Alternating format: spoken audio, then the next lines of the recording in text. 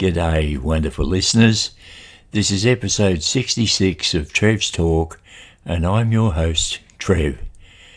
2 weeks ago, in episode 64, I talked about a chain email and referral from Anglican Archbishop K to all heads of churches in Perth, my city, and how I was overjoyed at her doing that, as I can use her referral even in other states if I should decide to try the scholarship fund in that way.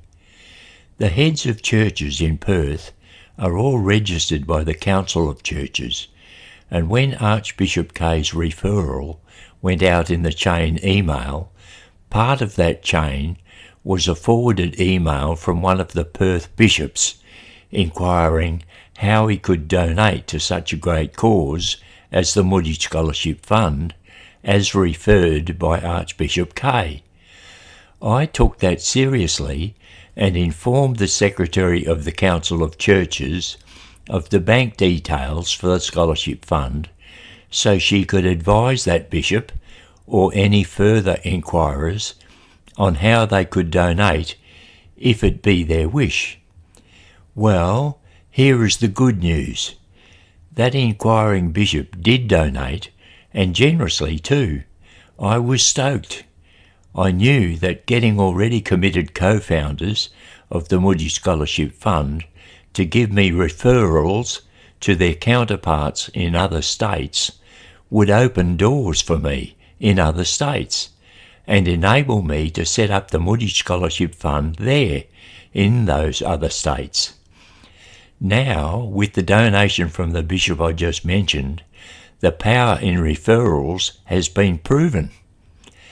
Another thing from episode 64 was that a lady from the Salvos was going to contact me when she finished her holiday break. After me telling you the good news of the bishop's donation coming through, you are probably thinking, I have good news about the Salvos lady, but it is not so. I have not heard from her yet, and from what she indicated earlier, she should be back at work from her holiday break. This worries me because I really want the Salvos to come on board as a co-founder of the scholarship project. Remember from last episode the miracle of the image or picture of Our Lady appearing on Juan Diego's cloak when the local bishop asked Juan to get an obvious earthy sign from Our Lady to prove that she was really appearing to him? And Our Lady did arrange a sign for the bishop, the appearance of her image on Juan's cloak. And that cloak with image is still on display in Mexico almost 500 years after the event. Man, that's a miracle for all to see. Surely only God could arrange that.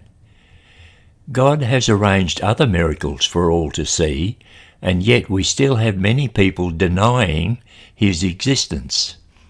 Some people may be highly intelligent, with the opportunity to investigate spiritual miracles, and yet maintain there is no God.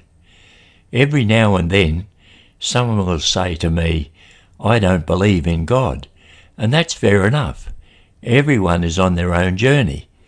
But occasionally someone goes a step further and says, there is no God. Impossible, doesn't exist. And that's where things get interesting. Now, I'm not here to attack anyone's beliefs, but I do want to explore the question, is it actually intelligent or even logically possible to totally deny the existence of God? Let's think about it for a moment.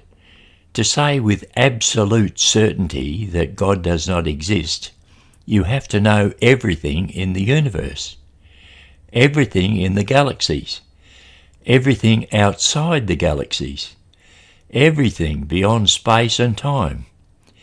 You'd need knowledge that no human being has ever had or ever will have. And that's not an insult. That's just the truth of our human limits. So when someone says there is definitely no God, what they're really doing is making a claim far bigger than any of us can justify. A truly open-minded person, whether they're a believer, an atheist, or somewhere in between, usually leaves room for possibilities they cannot disprove. Even many atheist philosophers say the same thing. They don't believe in God personally, but they admit they can't rule God out. They'll say things like, "I don't believe, but I can't say it's impossible." And that, to me, is an honest position. Because when you look at the universe, the Big Bang, the fine-tuning of physics, the mystery of consciousness, there are questions science can describe but not answer. Science can tell us how things work, but not why there is something instead of nothing. And that why question has been with humanity since the very beginning. So if someone asks me what started the Big Bang, I'm not embarrassed to say God, not as a scientific formula, but as a belief that the universe has a cause, a mind, a purpose. And I think that's a reasonable answer, not provable, but not dismissible either.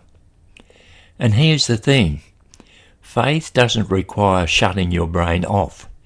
In fact, faith often begins when you realise how much we don't know.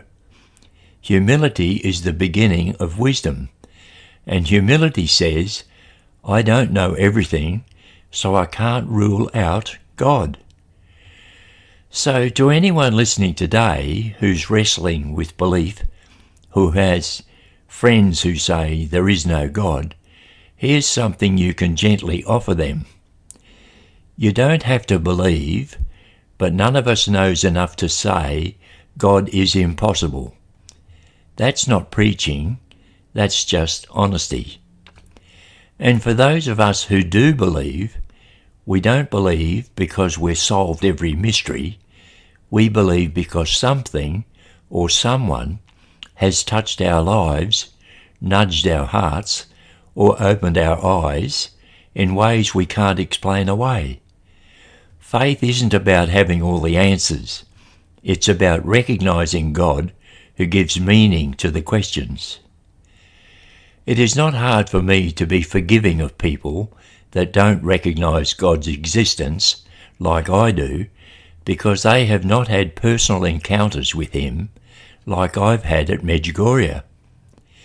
Because I had those encounters, I feel the need to shout out to everyone, "Hey, listen to me, there is truly a God, and he is doing amazing things with Our Lady at Medjugorje."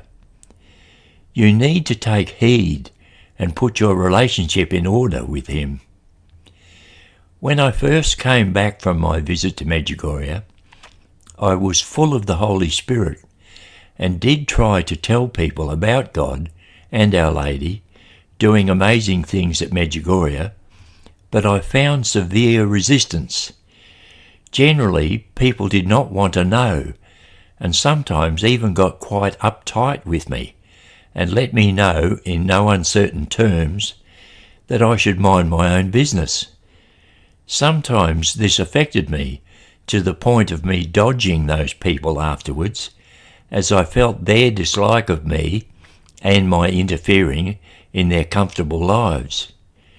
So I don't push my beliefs onto people anymore, but continue to produce this podcast, where listeners can hear my story, decide on my honesty, and believe or disbelieve as they wish.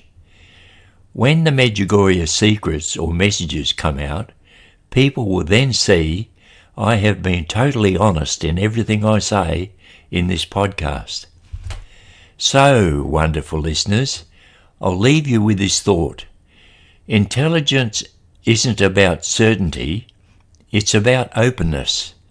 And the most intelligent position of all is to stay open to the possibility of God. This is Trev, tuning out and inviting you to keep your heart and mind open, because that's where the journey begins. Catch you again next week.